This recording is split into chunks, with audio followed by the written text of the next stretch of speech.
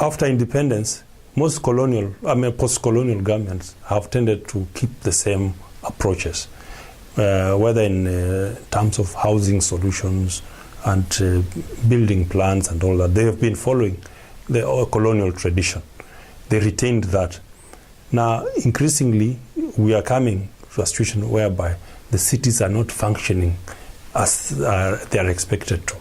And that's why there is need for us to engage the people more actively in the process of the planning and therefore the management of those cities. Now, informal settlements by their very origin, they come spontaneously. They are not planned. That's the starting point. And by that solution, they come with all manner of issues like lack of infrastructure, lack of adherence to any laws and all that.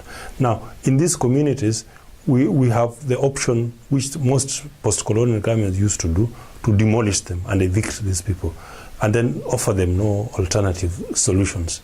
This, of course, is undemocratic and probably not good for any society. So ultimately, we have been thinking, policymakers also included in this discussion, they have been thinking of involving the people so that the solutions they'll offer them will be sustainable from a cultural perspective, from also an environmental perspective. When you say cultural perspective, what do you mean? It's about how they use space, because the way a European or a Asian would use space within the neighborhood, within the domestic quarters, will not necessarily be the same. So we want to see how we can incorporate people's cultures and cultural practices into the urban spaces which they inhabit now. Example would be something like in Africa we have many rural communities which engage in agriculture, and this process is being urbanized so that we have some aspects of urban agriculture. So this is a lifestyle which they inherited from their culture or from their rural origins. But now it's part of the urban settlement. And the issue is, how do you make this in agreement or in line with urban planning policies? And therefore, how do you make it sustainable? The commercial side, the central business district, which we call CBD, normally mimic European or Western cities for that matter. My city, Nairobi, is a good example, whereby the architecture, the built form is just a replication of a Western city, Europe, Washington, and all that, maybe at a miniature scale. But the point is that is deceiving. It's deceiving because the majority of the urban dwellers have a different architecture altogether. For instance, the informal settlement I've mentioned does not reflect the central business district image, which you'll see on postcards, isn't it?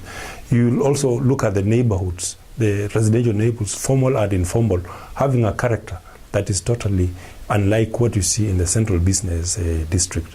So the idea is to make sure that the image of the central business district is reflected downwards into the residential neighborhoods and even small neighborhood business centers like in the cities which emerge.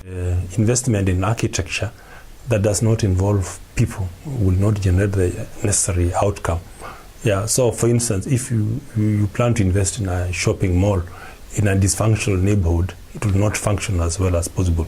So they want to get people involved so that whatever investment, for business purposes of course, is also in agreement with people's way of functionality and the way they relate to space.